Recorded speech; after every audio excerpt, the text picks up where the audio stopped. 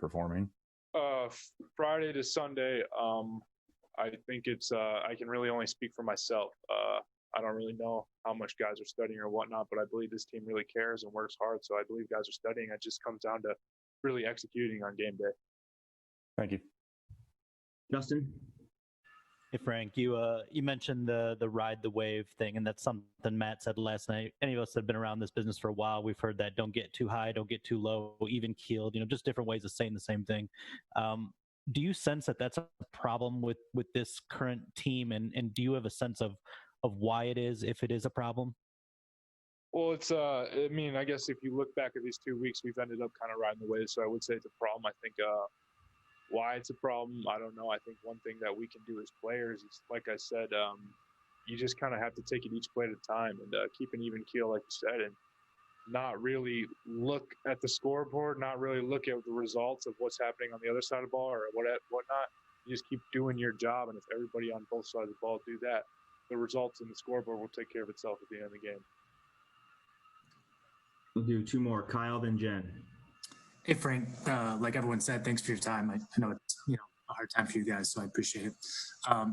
I know it's next man up when there are injuries, but how does losing a guy like Kenny, Galladay, how does that change the offense? He's such a special player and such a big part of what you guys do.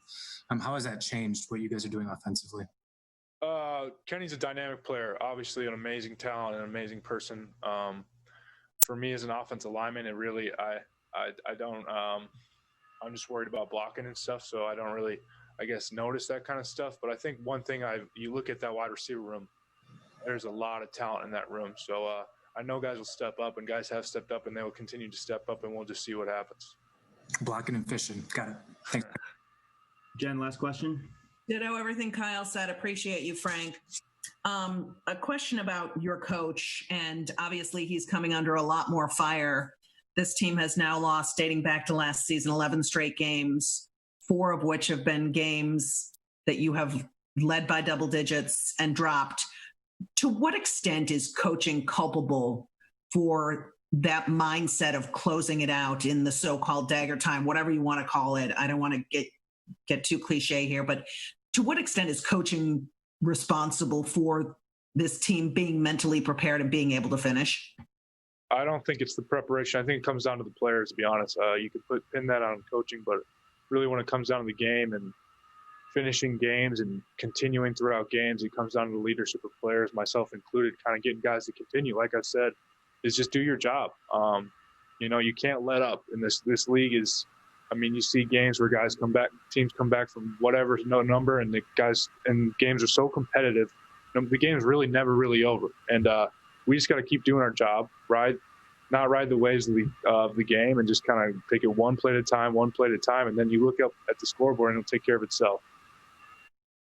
Follow up on that quickly. Is there something more that could be coming from the sidelines in game when you guys are starting to kind of experience that downturn? Just for instance, watching last night, there's a ton of energy on the Seattle sideline. It felt like the Bears had a ton of energy when they were in your building on their sideline. Is there something that's missing there, a little bit of a disconnect to keep you guys kind of up and focused and feeling like you got this no matter the circumstance?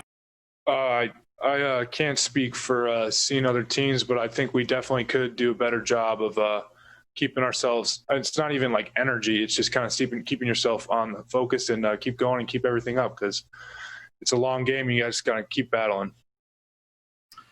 All right. Thanks, Frank. Thanks, everybody. We'll have Reggie Ragland up next. Thank you, Frank. Thank you, guys.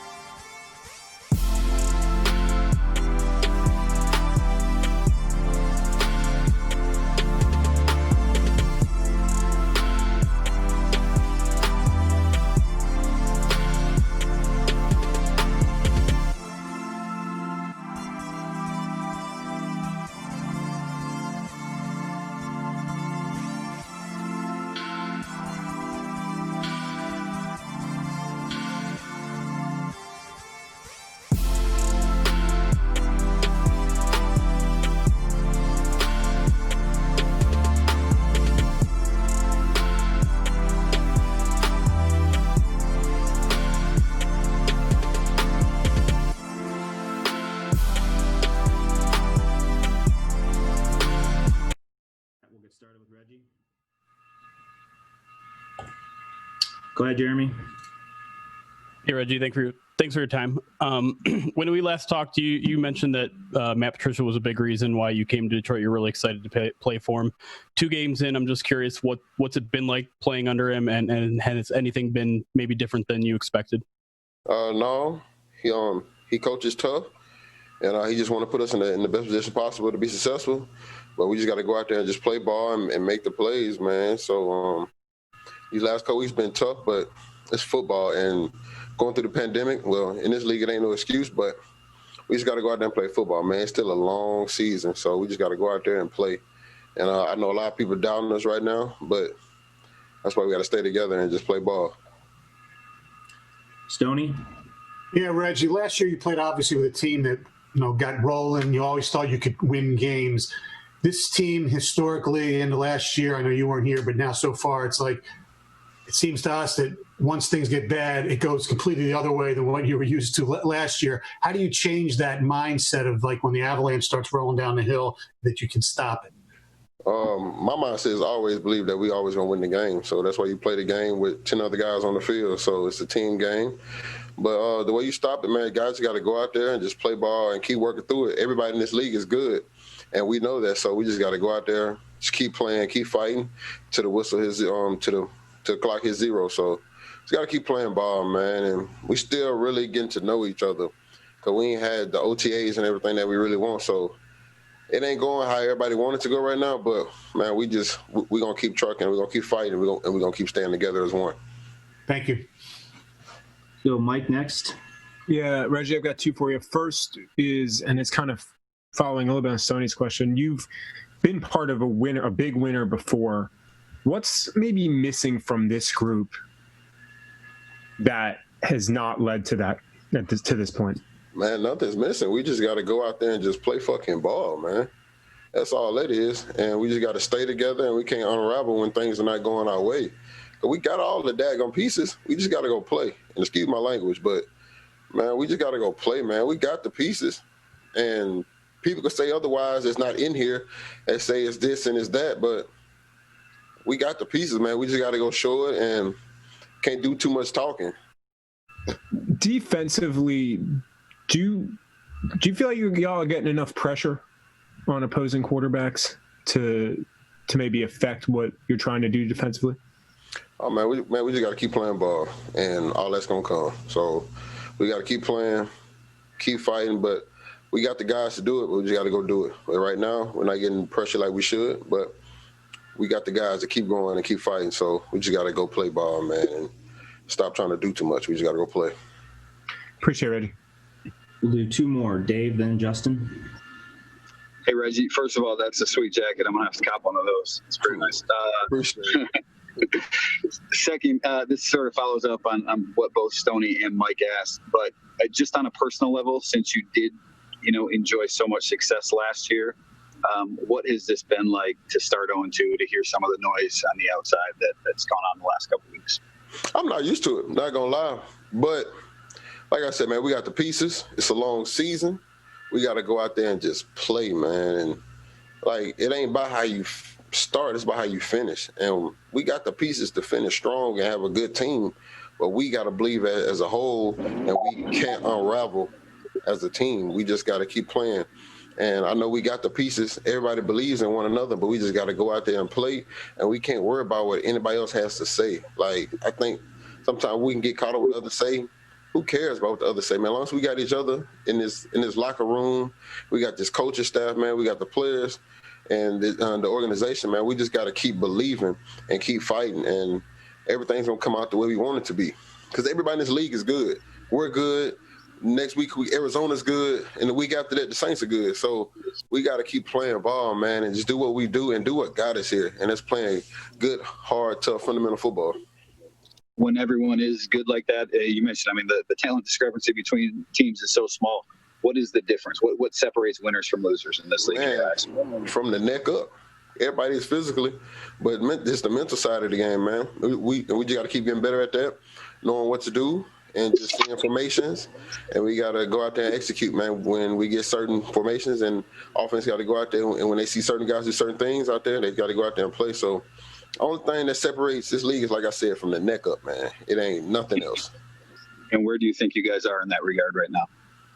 We're close. We just got to go out there and play and keep finishing. That's all I'm gonna say. All right. Thank you. Thank Right. you. Thanks, Reggie. Thanks, everybody. Appreciate y'all.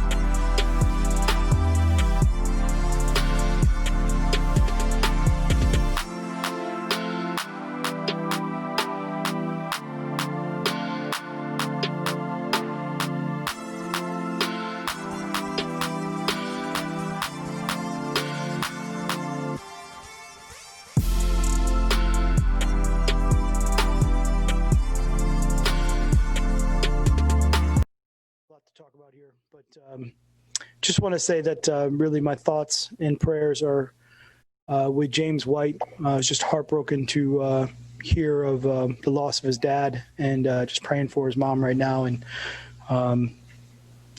obviously just want to make sure, we're sending our thoughts and prayers to him. So, had our meetings here this morning with the team, and, got a lot to correct from the game, a lot to go over, a lot to fix.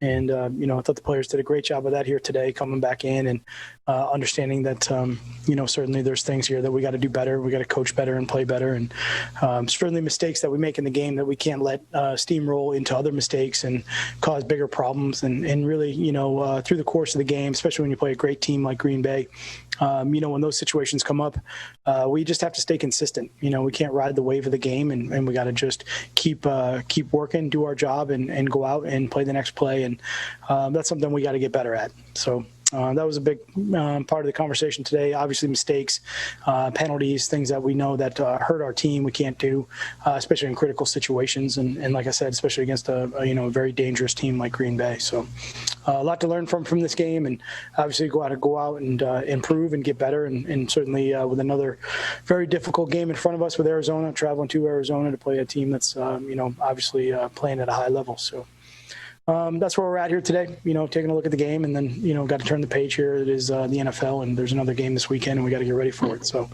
I'll open it up to questions and go from there. So Tim first.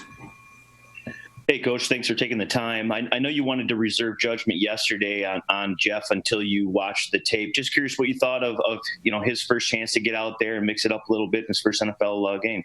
Yeah, it's hard to take a look at yesterday's game and really think that there was anybody that obviously stood out in a positive way from that aspect. I think there's a lot of plays on the field that, we all need to do a better job of, and including Jeff. I thought he did a good job of, playing within the game, and certainly there's some plays out there that we would like him to do better than he did yesterday and improve on. But, first game, a lot coming at him from different directions and great players out there on the field. So that was positive from that aspect of it, but we got a long way to go.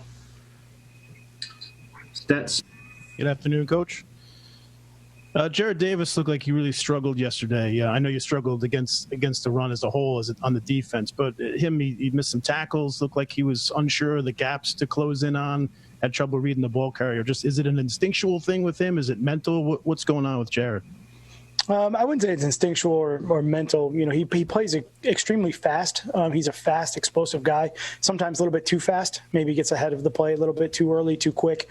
He's got to, he can just rely on his athleticism to get him there. But, certainly when you play linebacker, there's, things that happen in front of you that kind of make it all come together and all fit. And, with the run fits specifically, there's things in there as a linebacker you got to overcompensate for or try to, make plays around. And, those aren't good situations to be in. I think in general, being consistent up front, especially inside, would really settle a lot of that down, and that's what we got to push for this week. And just one more for you. There was a defensive front you've used first 2 weeks where you have no one lined up over center. You got hit on it on the 75-yard touchdown by Jones, but it looked like the Packers offensive line was able to seal and get out to the second level and really take advantage of that. Just your reasoning and strategy behind going with that defensive front. Yeah. We play a lot of different fronts, and certainly there's different four-man looks, 4-down looks. We play 5 down, we play 6 down, we play 4 down. That look is particular. It's 4-down look, and we're trying to make sure that we have the edges set on the outside stuff. And that was a play that did hit inside, and certainly with the structure behind it of the defensive line, there's overlapping players there. And then, in the back end all the way to the secondary, there's really 2 guys there that can, fit on the run and create or minimize those big plays so they don't turn into, huge plays like we had to start the second half. So it's really just everybody's got to do their job better up front and then all the way through the board to finish it and make sure that we don't give up long runs. And, from that standpoint too, we got to do a good job of getting off blocks and making plays in those situations. We're stuck on some of the blockers and, give the Packers credit, and they did a good job of executing that. And certainly Jones is a dynamic and great runner and capitalized on that situation. Thanks, Coach. You're welcome. Dave.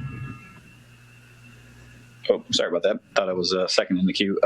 Follow up on Okudah real quick. Just when everyone comes back, what role do you expect him to have in the secondary? Yeah, I mean, I think obviously, there's going to be bits and pieces that come back at different times here. So we'll just, we'll take it as it goes and always put whoever we think is going to help us win, out on the field. And there's certainly a lot of improving that we have to do in the back end. So, we take it day by day, week by week. Competition is certainly something that's really important for us every single day and through the course of the week. And we'll see what that looks like when we get to it. Sorry about that. Little guy wanted to go play baseball. So, and then there was a radio report today, staying with Okudah, just saying that there was essentially major division on draft day. You wanted Derek Brown, personnel people wanted Tua or Isaiah Simmons, and Bob sort of went rogue and took Okudah. I don't know if you can address that and just what was the organization's, how that decision was made, I guess. Yeah, I mean, obviously, we usually don't talk about any of that stuff. We like to keep that stuff internal, but since that is so blatantly not even close to true, I would like to just make sure that that is not a true statement at all. Okay. Thank you. You're welcome. Mike? Yeah. Hey, Matt. I'm wondering, what's the reasoning for playing Will Harris so much over Tracy Walker? I think he outsnapped him by 10, and even this goes back to really the first week of training camp. What's the reasoning there that you're seeing that maybe some of us aren't? Yeah. I think we have a really strong safety room. Obviously, we got to play better, so it's hard to say that after a loss. But, I think those guys competed all the way through training camp and consistency and everything that we were trying to do in the different packages that we run and things like that, we felt, in those games that Will had certain roles and Tracy had certain roles, and we were going to rotate those guys through. And, if the snaps are off by 10 here or there, that's going to happen based on some of the packages that are in and how the game goes, but try to keep it as balanced as possible with all of those guys that are kind of in that situation. So that's just where we feel we're at with it. And certainly for us, competition every single week with that. And certainly I think both players have made, plays that they need to do a better job on and they need to execute better. We just try to put whatever package we think will help us win that game out there at those times. So certainly the penalties are things that stick out that are an issue that we gotta do a better job of. But, with all that being said, every single week can be different from that standpoint, and those guys got to go out and compete every week. Just to follow up really quick, Tracy was a full-time starter for you last year. I guess what changed that you saw that said you didn't want him to be a full-time player when it looked like he played pretty well last year? Yeah. I don't think those would be the tough words. I wouldn't say anybody says nobody wants anybody not to be a full-time starter. We just got to go out and compete. Every year is a little bit different from that standpoint. And I think the back end, the DB room has changed completely from that aspect of it. And guys work during the course of the offseason to improve on certain things. And, it's just about competition. But certainly, without an offseason program and short training camp, we have a limited snapshot of what that competition looks like. And, we continually evaluate it as we go through the course of the season, and things can change as we go through. So for us, and I would say, in particularly, the safety position, I generally like to play a lot of safeties, and those guys will be out there in different roles and different capacities. So I think from that standpoint, they're all kind of starters based on whatever package we're in that particular game or that particular week. Thanks, Matt. Yep. Time for two more, Stoney, then Kyle.